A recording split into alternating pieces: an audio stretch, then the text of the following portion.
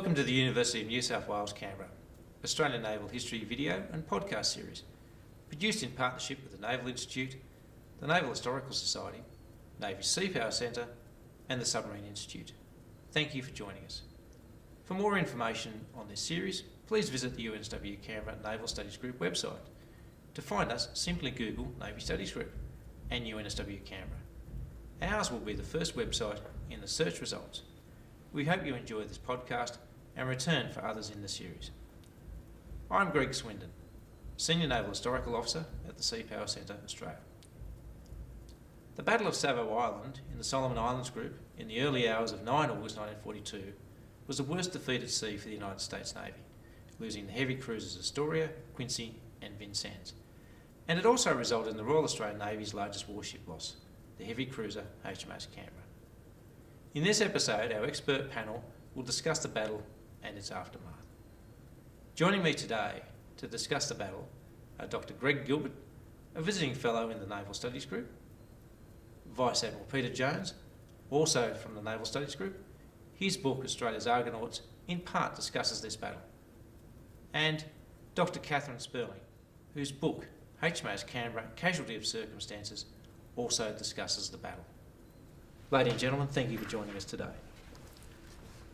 Greg, can you describe the strategic situation that was occurring in the Pacific at this time and what led up to the battle at Guadalcanal?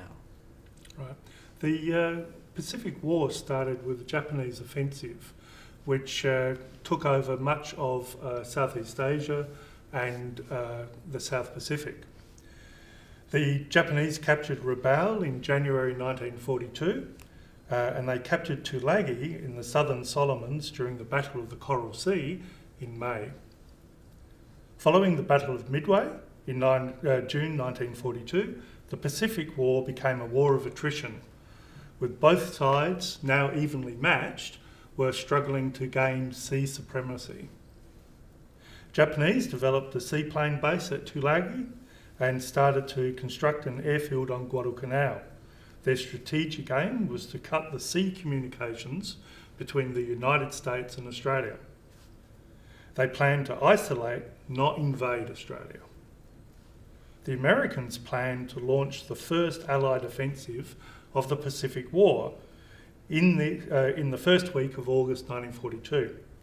An overwhelming amphibious expeditionary force was to capture the southern Solomons, which included the airfield on Guadalcanal and the seaplane base at Tulagi. US intelligence estimated that there were about 8,500 Japanese troops in the Guadalcanal area. They planned to attack with approximately double that size in land troops. The Australian Coast Watchers, however, provided estimates that there were about 4,000 Japanese on Guadalcanal. In fact, there are only about 3,500 Japanese, mostly construction, aviation and base troops, and just 700 Japanese Marines, so very few fighting troops defending the place. Thanks. Peter, with this battle, which became key in the Pacific, who were the leaders on both sides? On the Allied side, you had Rear Admiral Frank Blackjack Fletcher. He was in command of a carrier task force. In fact, there were 3 carrier task forces brought together. Saratoga, in which he was on board. Also had Wasp and Enterprise. Each of those carriers also had an admiral who would individually command their task force. But as I said, that was brought together. So he was in charge of escorting the amphibious force. The amphibious force was commanded by Rear Admiral Kelly Turner.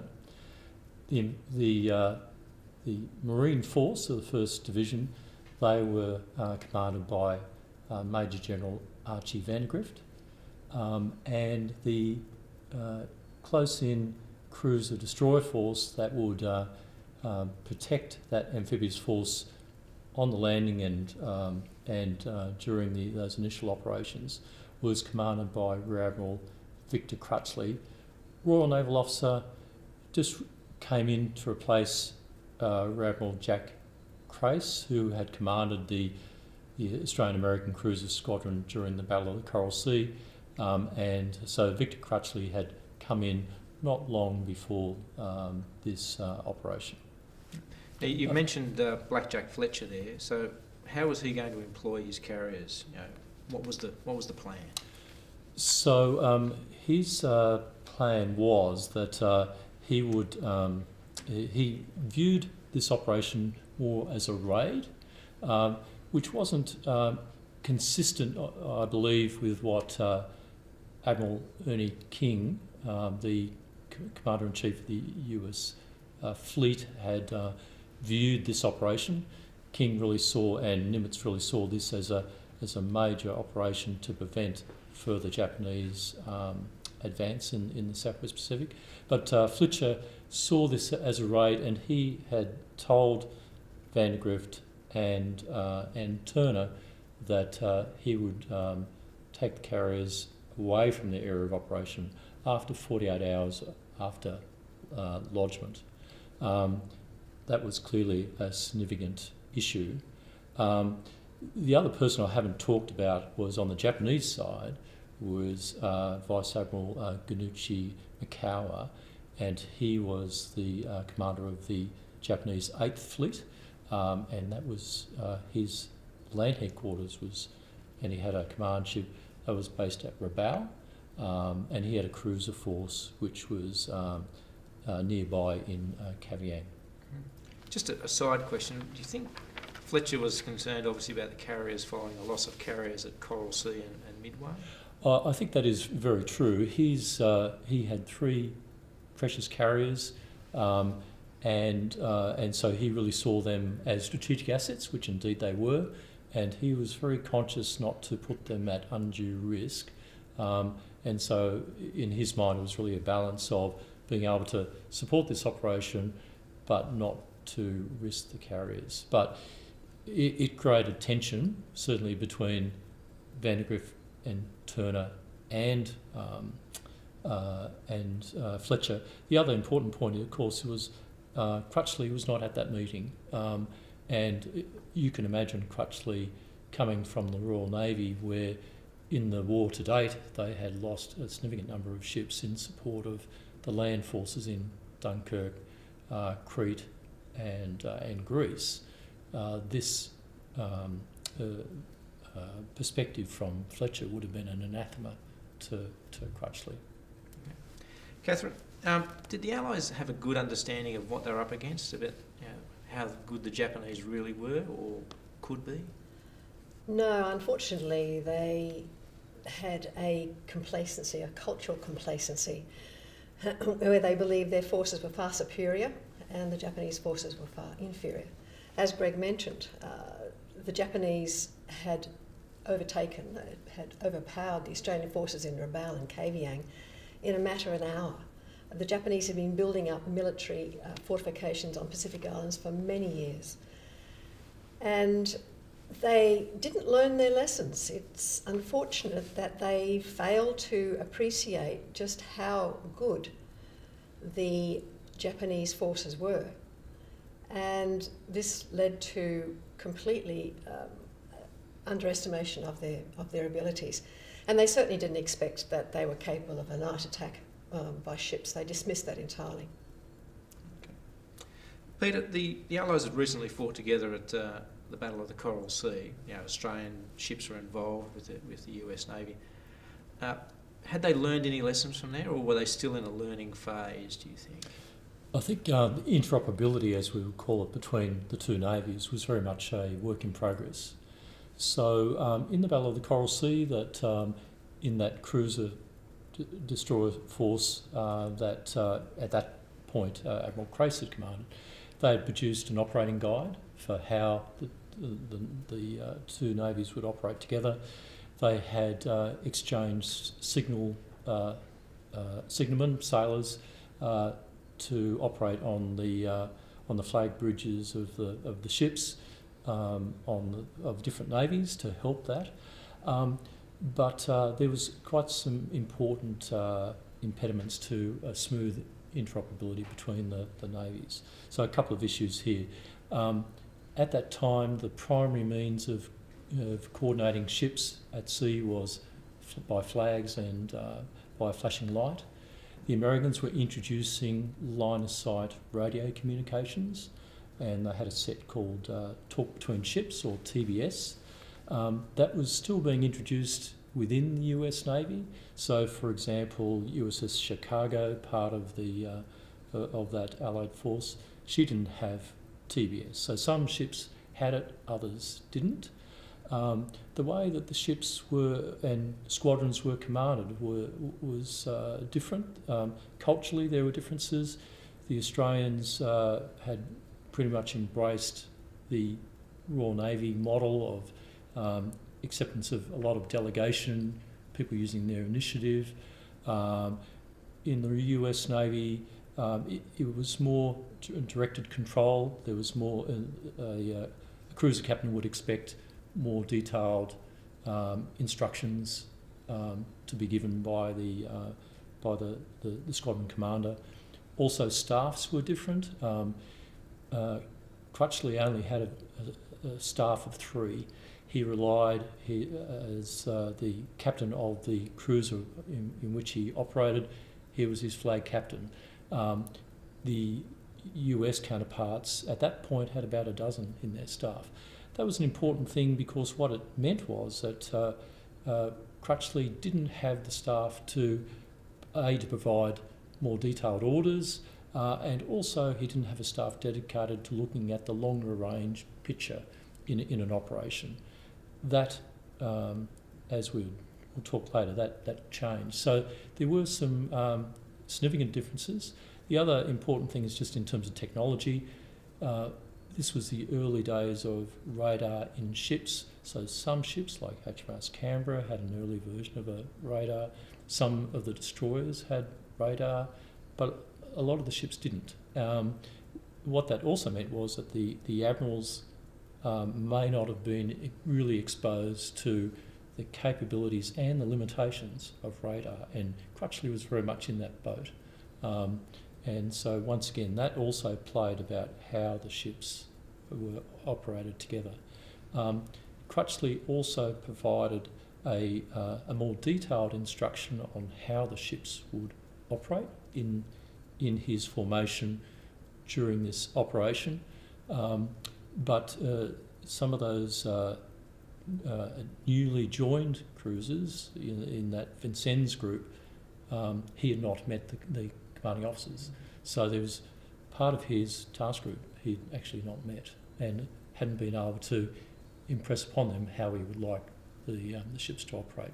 The other final point there was the instructions were really more about how the RAN operated and not so much about how US Navy procedures could be incorporated in how the task group operated. So for the majority of the task group being US, some of these procedures were quite alien. So as you say, still very much a work in progress. Very much so. Yeah. Kathryn, at Guadalcanal at the Battle of Savo Island, there were 3 Australian ships. Australia and Hobart had seen significant service, but then there was Canberra. And how really battle-worthy was she for the fight that was to come? Not at all, unfortunately. Canberra, before the war, had been used mainly as a glamour ship for a lot of ceremonial activities. It had been primarily on the east coast. There was a greater accent on appearance than operational capability. So you've got elaborate woodwork within the ship. You've got paint being coated over and over again, and these were eventually found to be have terrible consequences for the crew. You've also got it being used as a training ship, which meant there was an enormous number of young, newly graduated officers and sailors coming in, and there was very little cohesion. Add to that, you've got the fact that when the war began, the authorities were caught a little unawares or not quite prepared, because Australia had been modernised. It'd been given refits and modernised, and its hull had been thickened. It had had a lot of these items fireproofed. It had updated combat systems.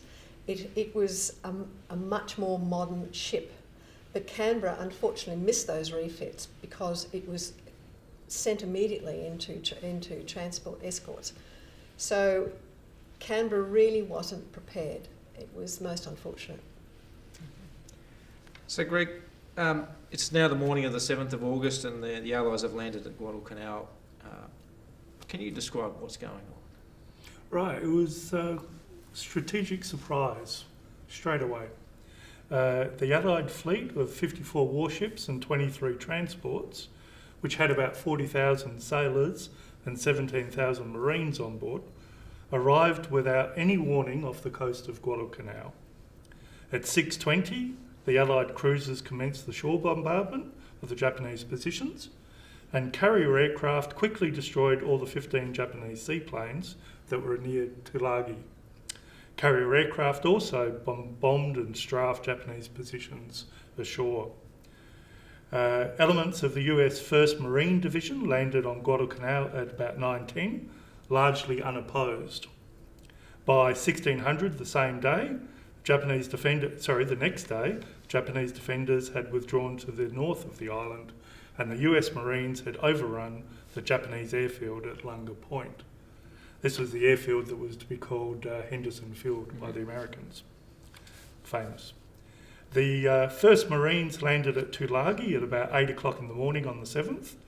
Japanese resistance was strong there. That night, the troops ashore experienced the first of many Japanese suicide charges, and the island was not cleared until the next morning. Landings on the neighbouring islands of Gavutu and Tanambongo did not commence until about 12 noon. By then, the Japanese garrison was on high alert and well dug in. They fought stubbornly, yard by yard, until the night of the 8th of August. US Marines suffered high casualties in capturing these Tulagi-side islands, as opposed to Guadalcanal, which very few casualties. By 9th of August, over 11,000 troops were ashore on Guadalcanal and a further 6,000 in the Tulagi area. However, the heavy equipment and the supplies had not been landed. There was a major delay with that. Peter, so obviously the landing's taken place. What's the Japanese reaction?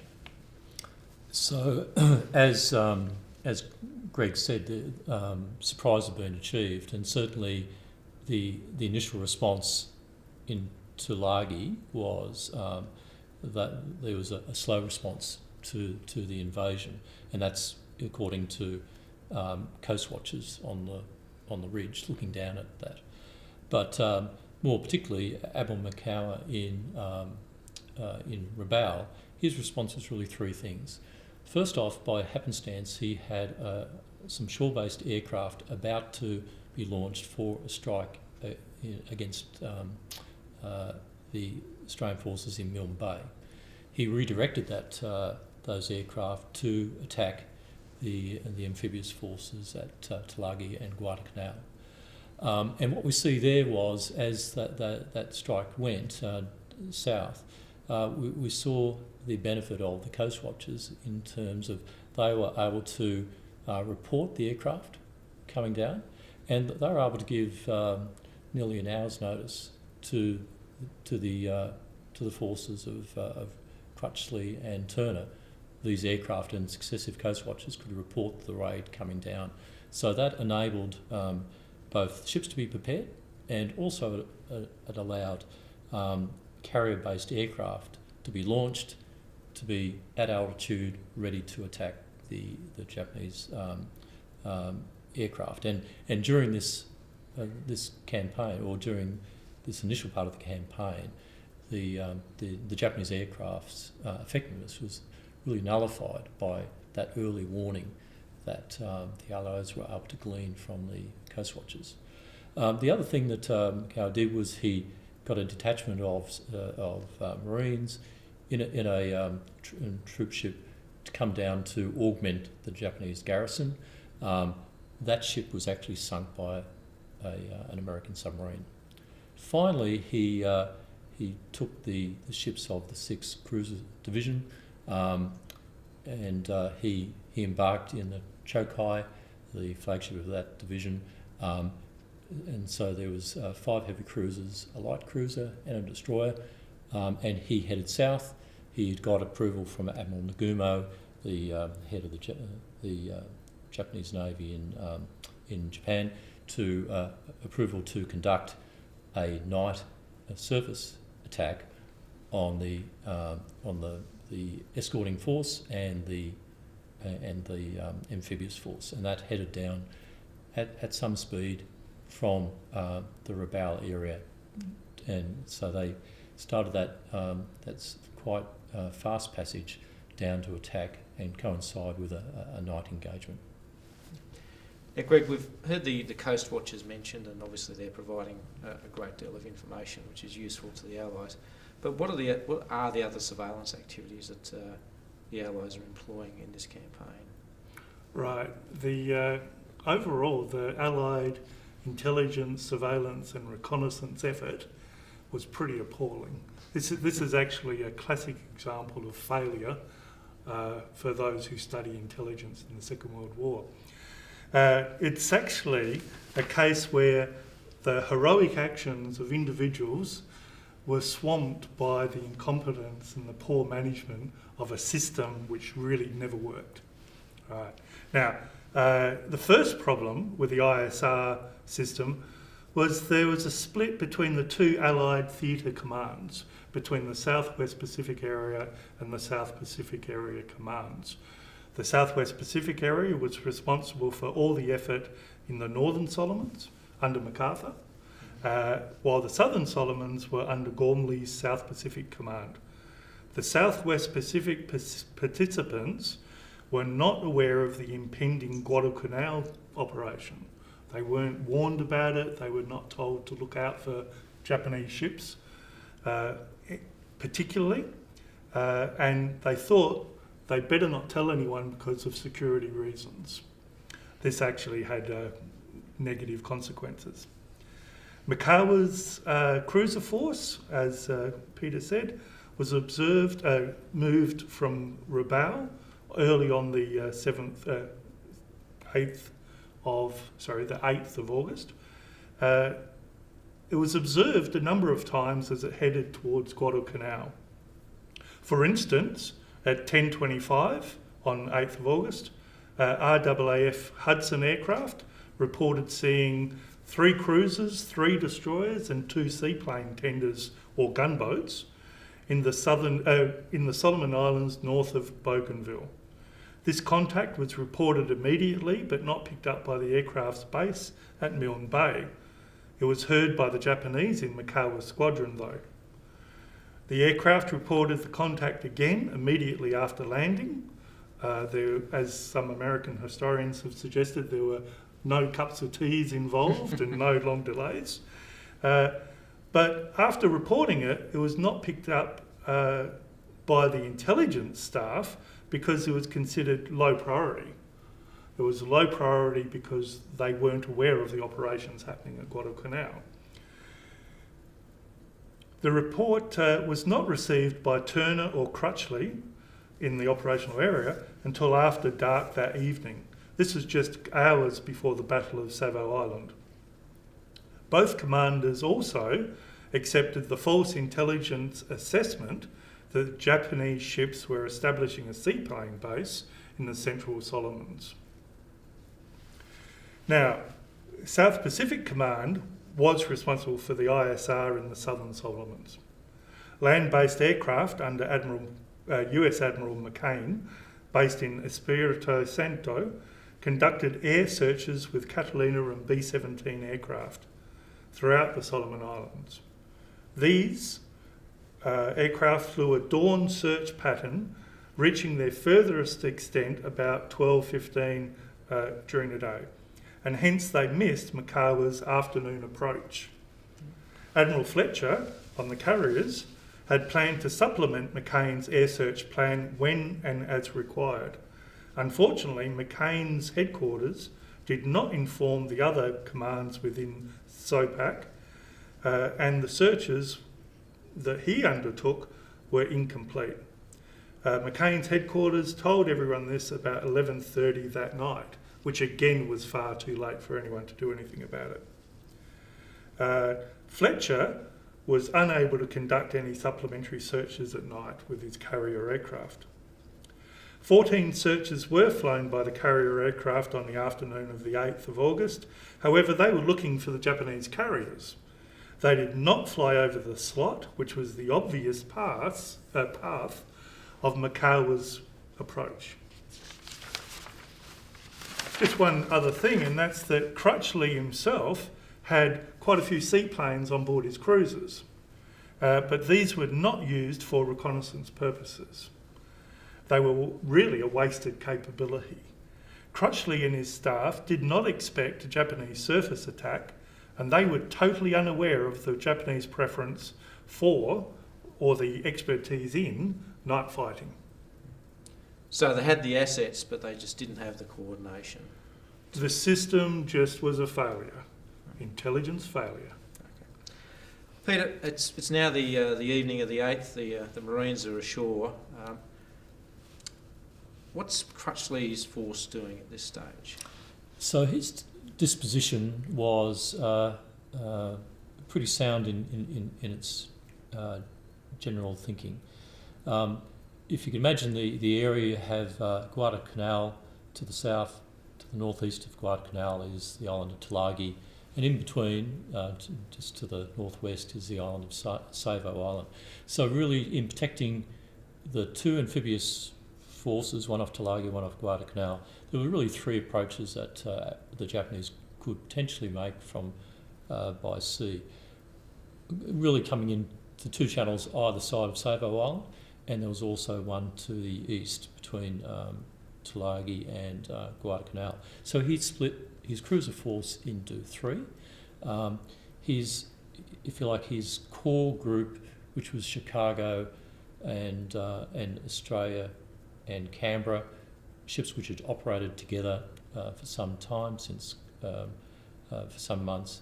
They were, if you like, going to protect the approach west of Savo, and they had one destroyer, radar-equipped destroyer, further out to sea as a picket, and then you had the other cruiser group, the new American cruisers that he had joined for the operation under the commanding officer of Sens in command of that group. They were operating to the east of Savo Island, and then you had the two light cruisers Hobart and San Juan under the command of Rear Admiral Scott, US Navy, patrolling the eastern approaches, which is probably the least likely area, and also you had another destroyer operating as a radar picket to the in support of that Vincennes group.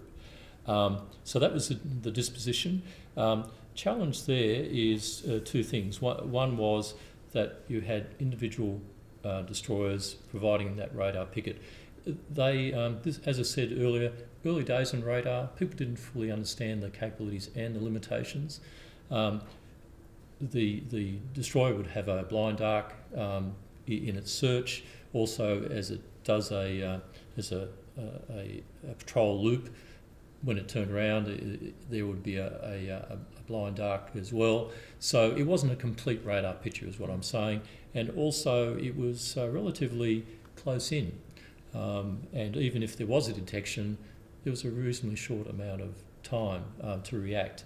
And so his disposition sort of made sense, but provided you had adequate warning. And following on from Greg's point, is because there was flaws in that aerial surveillance, that really played to the weaknesses of this disposition. And really, my sort of thinking here is that if he had a adequate staff that was able to bring together and look at what were the surveillance reports and all that sort of thing, they would have been able to highlight to Crutchley that, hey, we haven't had a report, for some time, and it really would have emphasised the need to use his organic seaplanes that he had in the task group. He had a couple being used for anti-submarine sweeps, but he had 4 aircraft that he could have used for some surveillance, and that would have been incredibly useful for him to have done a sweep before the end of the day to just to assure him that there was nothing untoward. The other point is this issue about how good the Japanese were at night fighting. There was some knowledge by the Allies that the Japanese were actually very good at night fighting. A lot of that knowledge, though, had been lost in the campaign in Dutch East Indies, because ships had sunk and the crews hadn't been alive to tell the tale. Hobart actually did know the night fighting capabilities, of course, because she was a survivor of that operation. But that information wasn't widely understood, and Crutchley, newly joined into the Pacific Theatre, really he didn't appreciate it. And interesting enough, in his task group, you look at the night orders of some of the commanding officers. Some had told their officers and their crew that there may be a night engagement tonight, and others were, completely not alive to that threat. Greg, that evening, Admiral Crutchley leaves the task group in order to go to a meeting with Turner and Vandergrift. Why did this occur? Right. At 10:35 that night, Crutchley received a message from Turner saying, come on board his flagship, which was the USS Macaulay, to discuss the withdrawal of Fletcher's carriers. This was going to leave the whole amphibious group, including the cruiser support force, without air cover the next morning. In fact, Fletcher had already decided and had already left. Now, 20 minutes later, HMAS Australia left the patrol near Savo Island, and Crutchley ordered Bode in the USS Chicago to take charge using a flashing light as they passed. Australia proceeded at speed to the Macaulay, which was about 12 miles away in the anchorage near Lunga Point on Guadalcanal. The distance was too far for Crutchley to travel at night by the Admiral's barge, and although he could have transferred to a US destroyer, he preferred to make the journey in the Australia. He left the Canberra and the Chicago with the destroyers Patterson and Bagley on night patrol south of Savo Island. The meeting was delayed and did not finish until after midnight. Crutchley did not get back on board Australia until about 1:15. He decided it was too late to rejoin the night patrol and that Australia would wait near the Guadalcanal transports until dawn, when they would join the screening positions that were normally conducted in the morning. Now, Admiral Crutchley during the meeting was noted to be tired, and this was due to the lack of sleep over several days, and it was starting to catch up to him. Okay. So, Kathryn, Makawa's forces come south. It has been detected but not reported. What happens? Well, if I can digress for a moment, the whole operation was really destined to fail, the sea operation. They hadn't had time to properly rehearse. There was a lack of communication. These brave men, as Greg has mentioned, the intelligence came from the Coast Watchers. It came from the RAAF crew. I don't believe Crutchley was suited for the position he was given. I think there was just lack of... he was a VC winner in World War I, but he'd had no experience with the Americans. This was actually the first American amphibious attack since 1898, so it needed more time. But I guess that's war. And so when the ships were left just waiting for an attack because they weren't at first degree readiness, the captain on the HMAS Canberra, there was the captain and the senior officers were all asleep or retired. There was a junior officer on board. It was just a carnage waiting to happen, unfortunately, because the Japanese came through the slot. They were actually missed by the radar ship, as Peter has mentioned. They even had to slow down so they'd avoid an American destroyer and waited till it finished its patrol, which it did within a kilometre, and just went on its way. And then they proceeded. It was just, for the Japanese point of view, it was a copybook attack. and Canberra just was not prepared. So, when did the first sort of Japanese shells start landing? The time-wise, it was before midnight, and so they didn't even get off a shot because This is Canberra, didn't this it? is HMAS Canberra, because it was first in line, so it was the first attacked. Had Chicago been in front of HMAS Canberra, you may have had a completely different situation, but it wasn't. So it was just carnage, basically. It was, as I said, they didn't get a shot away. Peter, you've got something to add? Yes, so Macau's approach was very much, he was conscious with night attacks that you had to have a more simplified plan. So he had his ships in one astern of the other, and he had launched his carrier, his cruiser seaplanes towards sunset, and in fact for some of them it was their first nighttime sortie. So he used his aircraft in an imaginative way, sent them out to get the disposition of the Allied forces, and indeed one of the American aviators on Guadalcanal heard the distinctive engine noise of the Japanese seaplanes, and he said to his compatriot as they were walking along the beach, "That's Japanese cruiser seaplanes, and where there are Japanese cruiser seaplanes, there are Japanese cruisers." The import of that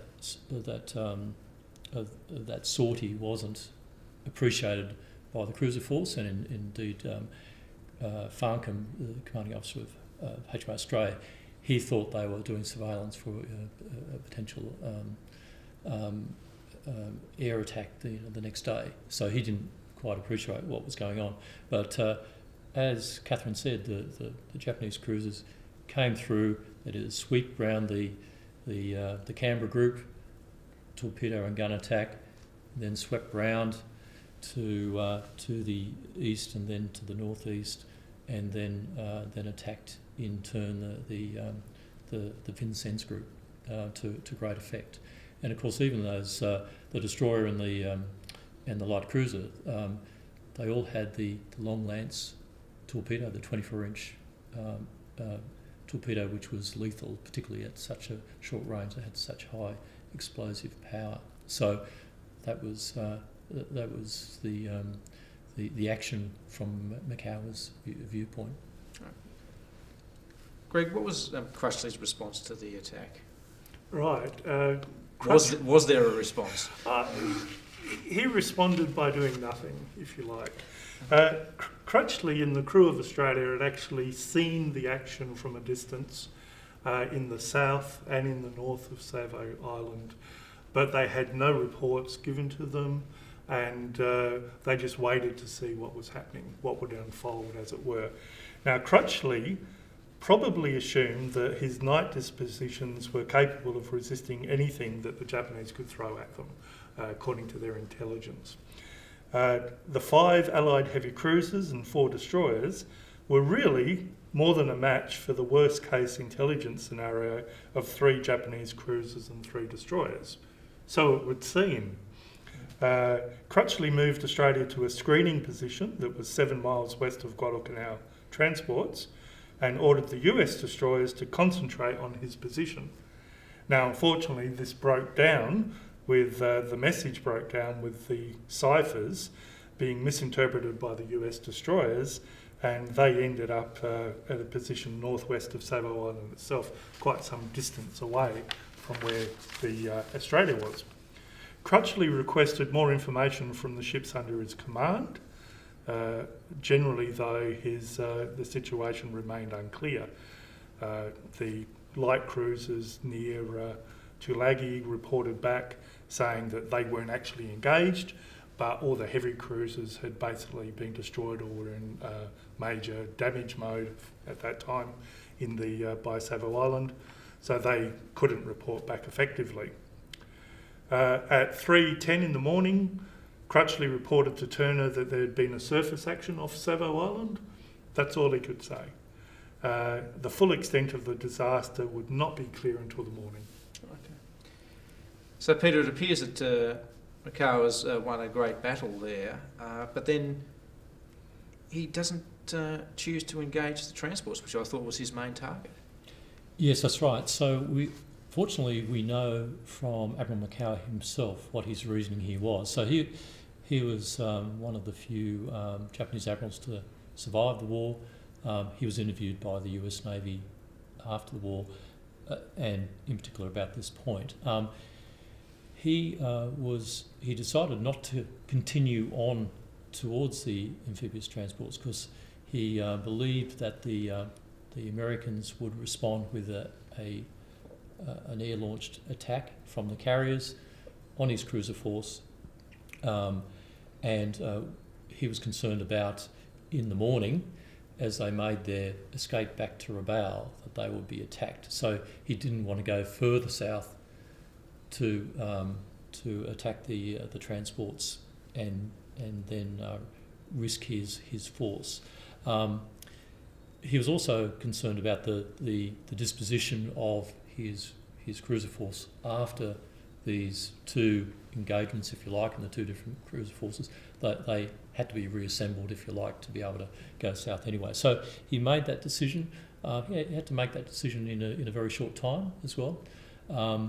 And of course, with the benefit of hindsight, many people in the Japanese Navy had said this was a great opportunity missed, but he had achieved a tremendous victory as it was, and one of his cruisers was in fact sunk by an American submarine on its just as it was returning back to base. So that was his reasoning.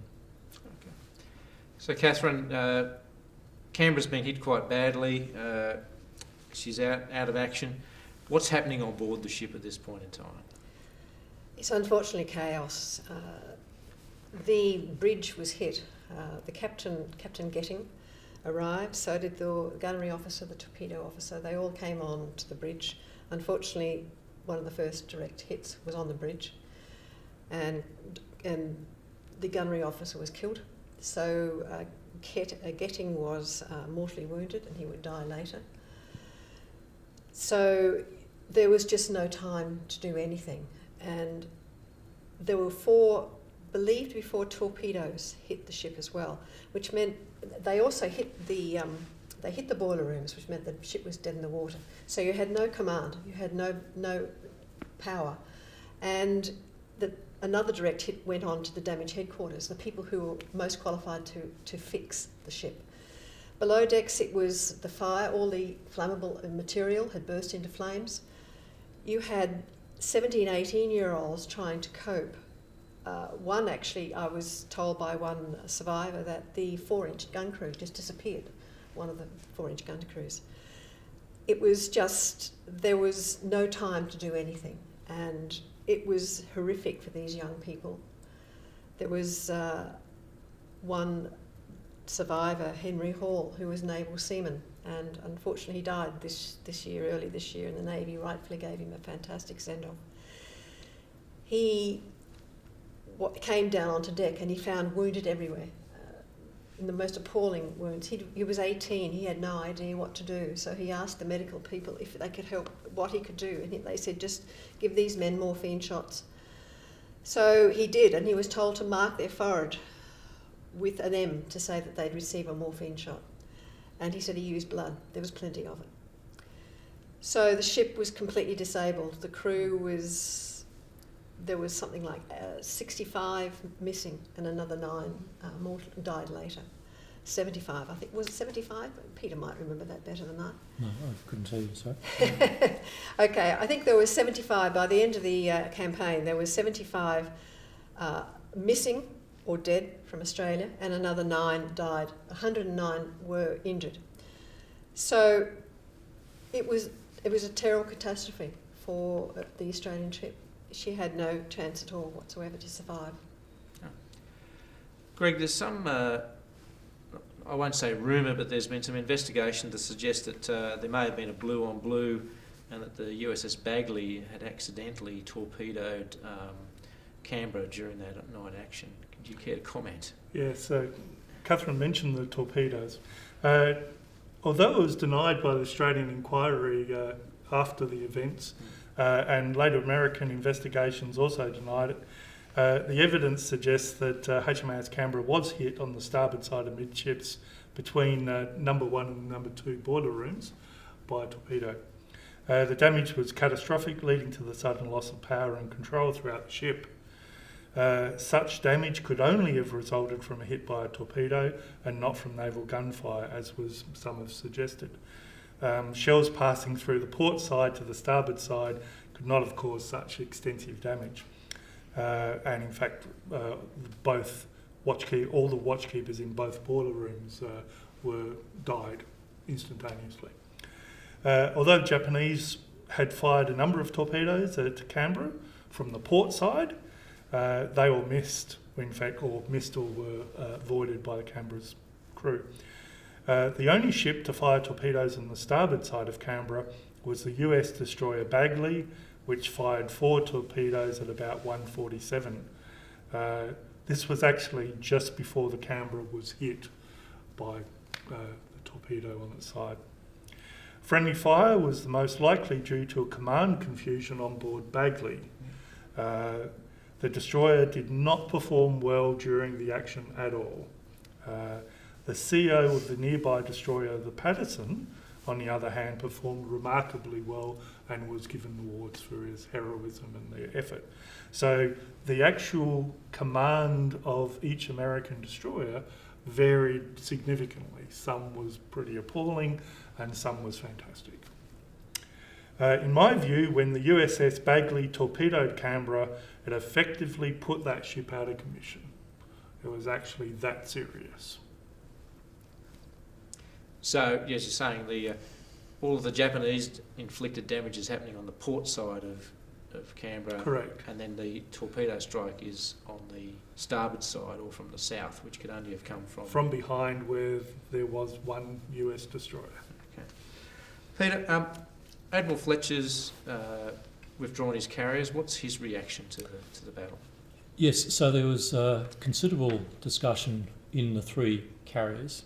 The Wasp was actually capable of night flying, and the commanding officer of the Wasp, Captain Forrest Sherman, he argued the point to the Admiral that was on his carrier, Admiral Noyes, that they should proceed at speed at north to the northwest, and he calculated that if they did that for a couple of hours, they could launch a strike and be able to engage the Japanese.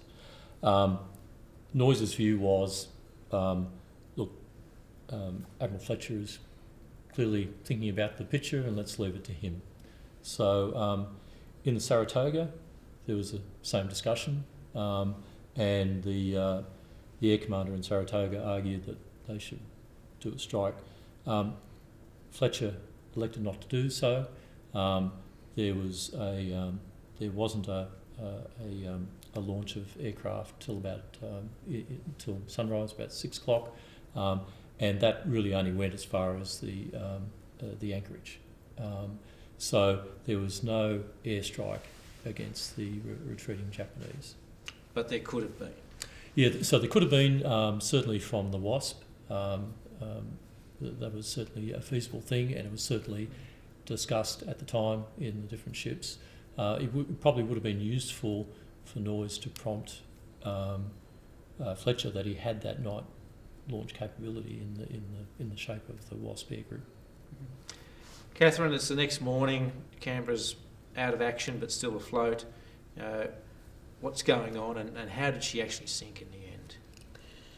If I could add to what Greg was saying about the friendly fire, there is film testimony by a torpedo man on board Bagley to say that he actually did fire torpedoes in that direction, which would only reinforce what Greg had already said. The ship was dead in the water. Admiral Turner said, if you can't get under power, we have to scuttle the ship. And as best they could, the list was increasing. So American destroyers were commanded to, after the survivors had been removed onto USS destroyers, were commanded to fire into the ship. And I believe it took about 263 shells and 5 torpedoes to actually sink Canberra, which the survivors were quite delighted in their sad sort of way to see that their ship had fought to the very end before it sank. So Canberra rests on Iron Bottom Sound, which is the name of the channel now because of so many ships. The fleet lost, I believe, about 1,000 sailors, which was more than the Marines lost on Guadalcanal Campaign. So from the maritime point of view, it was quite a disastrous exercise. So, Greg, how did the US react to this, quite telling defeat? The transports had been protected, the Marines were still ashore, but they'd suffered a significant naval defeat. Well, the US Navy saw that it actually had to learn the lessons of Savo Island, but they really had no time to sit back and think about it. They were fighting from that time on. It was a case of just moving on and continuing to fight. It was the first in a long line of naval battles that occurred in the Guadalcanal Campaign over some 7-8 months. The US Navy picked itself up, it dusted itself off, and it prepared for the most savage combat in its history. It ended up being a long, hard slog. Admiral Turner believed that the US Navy suffered from a fatal lethargy of mind. This was that peacetime mindset. He thought they had confidence without readiness and a routine acceptance of outworn peacetime standards of conduct. After the battle, many US commanders, both senior and ship commanders, were replaced, and those who took up the fight were those who could lead, those who could train, those who could fight, and those who could win. And the Americans did win at Guadalcanal after that long period. Peter, what was the Australian reaction? Obviously, there's some concern there that perhaps Canberra hadn't done as well as you potentially could have. Yes, so there was a board of inquiry, and then the first naval member, Admiral Colin, he also got John Collins, who I guess was probably the premier cruiser captain in the Navy, to also do a review. And so they looked at the actions of Crutchley and Getting in particular. They also looked, as Kathryn indicated, on the material state of Canberra, and there was a range of recommendations that were made about some of the technical and material aspects of the ship. Perhaps Crutchley was seen as having not done anything inherently wrong. So he came out of it better than what you would have anticipated, and certainly, with the benefit of the many years and looking back in history, that you would think that he may have been removed. Certainly, if he was an American admiral, he would have been removed, I would say. But he survived to lead the Australian squadron and with American ships in the future engagements along the New Guinea coast. Collins was quite critical of Getting, and it's probably worth just talking about this whole readiness issue. So some ships were in first degree of readiness, like at action stations, and they had been in action stations for a number of days, and so you had people with hammocks, at their gun and whatever their action station was. So you had ships like that. You had ships like Canberra and Hobart, which had reverted because people were just so tired, the second degree of readiness, where half the crew was on watch, half wasn't. In the case of Canberra, what Frank Getting had done is he'd reverted to the second degree of readiness, and he was asleep within a minute's walk of the bridge. But what Collins said was that the experience in the Mediterranean, where you had this issue of having to be ready to counter air, surface and subsurface attack 24 hours a day, 7 days a week, was the practice there was to have either the commanding officer or his deputy, the executive officer, on the bridge at any one time, and that wasn't the case of Canberra. And he said that was a failing in Canberra. I think that highlighted was two things. Harold Farncombe, who would another very experienced Australian cruiser captain who would go on to command the squadron. His point was that the Navy hadn't really come to grips with how do you maintain a degree of readiness, able to respond instantly. They hadn't worked out that as an institution, what was the best model, and it had been up to individual captains to try and work that out. So that was an issue, and also the issue of you needed to better disseminate experiences and lessons learnt in the different campaigns that the fleet was involved in around the globe, so that people could benefit from that experience, and that was yet to happen. Yeah. Kathryn, how did the Battle at Savo Island shape the rest of the Guadalcanal Campaign, which went on for several more months and well into 1943? I think the actual landing was certainly very successful. But again, I think we just have to go back to what did we learn from this and how quickly did we learn it.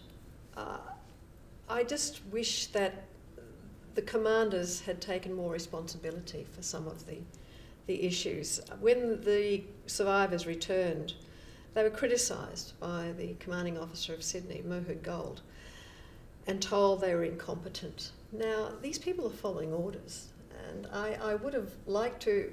Crutchley actually read the Board of Inquiry, and correct me if I'm wrong here, Peter, and he said he could not agree with any of the findings. He actually was promoted. A lot of the cause of the failure of this campaign fell on junior people, and I don't think that was fair. The American who was most criticised was the commander of Chicago, which failed to go ahead.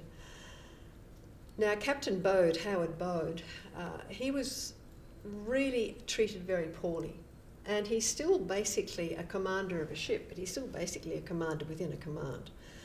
And he finally committed suicide because he couldn't take the strain.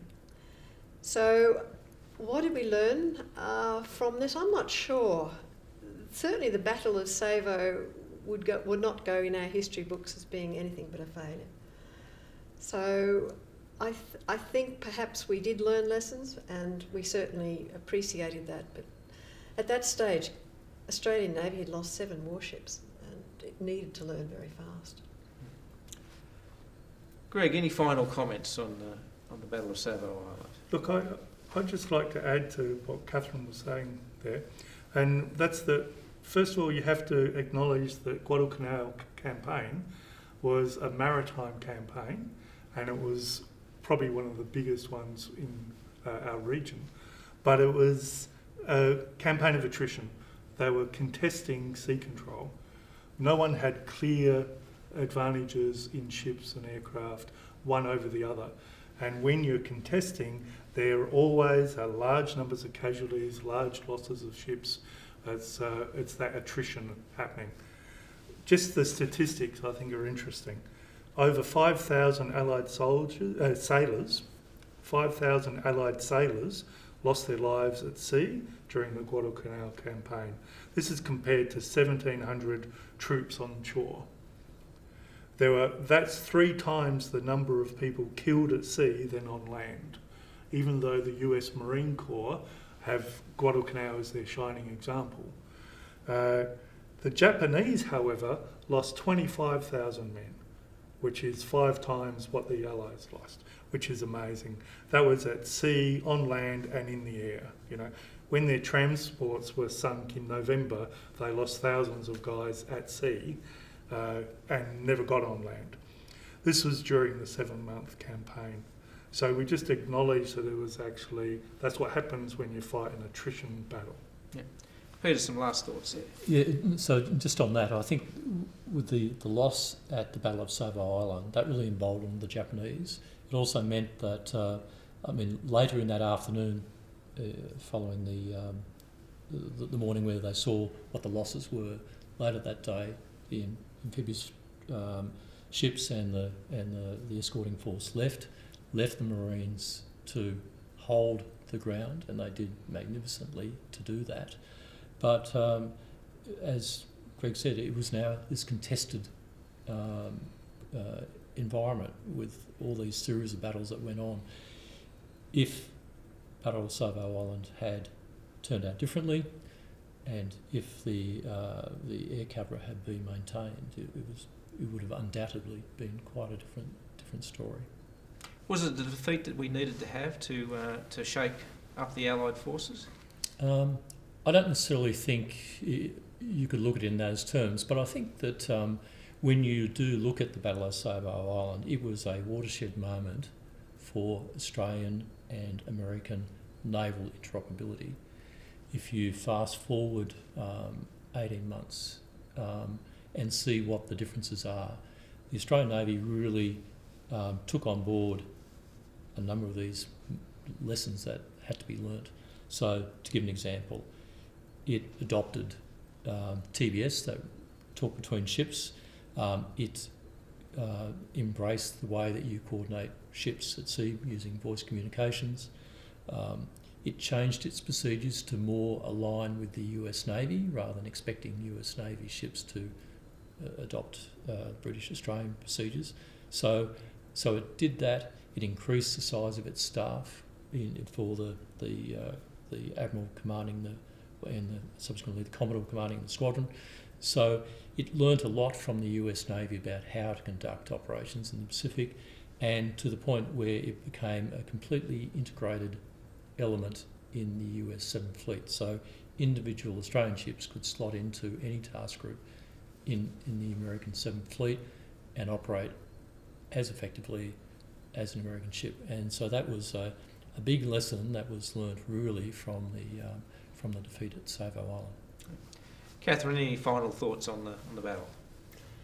No, just to agree with what Peter just said. It was a very painful lesson to learn, and it's unfortunately war is not a glamorous thing to do, and unfortunately too many people pay the price for that. Thank you for joining us. Sadly, that is all we have time for today. My thanks to Greg, Peter and Kathryn for their insights, and my thanks to you for joining us. We look forward to your company for the next episode. Bye for now.